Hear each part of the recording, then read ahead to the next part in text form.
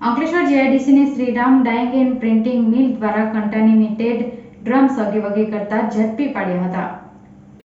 અંકલેશ્વર જીઆઈડીસીમાંથી રાસાયણિકયુક્ત ડ્રમો ભંગારના વેપારીને ત્યાં મોકલી રહ્યા હોવાની માહિતી અંકલેશ્વર જીપીસીબીને જાગૃત નાગરિક દ્વારા આપવામાં આવી હતી. જે માહિતી આધારે જીપીસીબીના ભંગાર ટ્રેડર્સ પાસે પહોંચે એ પૂર્વ જ ઝડપી પાડ્યો હતો. જીપીસીબી ટેમ્પામાં રહેલા ડ્રમો તપાસી અને તે ક્યાં લઈ જવામાં આવી રહ્યો હોવાની પૂછપરછ ટેમ્પો ચાલકને કરતા જીઆઈડીસીમાં આવેલા શ્રીરામ ડાઇંગ એન્ડ પ્રિન્ટિંગ મિલથી લઈ જવામાં આવી રહ્યું હોવાનું સામે આવ્યું હતું. જે આધારે જીપીસીબીની ટીમ કંપની ખાતે પણ સર્ચ કરી તપાસ કરી હતી અને ટેમ્પોમાં રહેલા ડ્રમ અને કંપનીમાં રહેલા ડ્રમોના સેમ્પલ લઈ આ અંગે તપાસ શરૂ કરી હતી.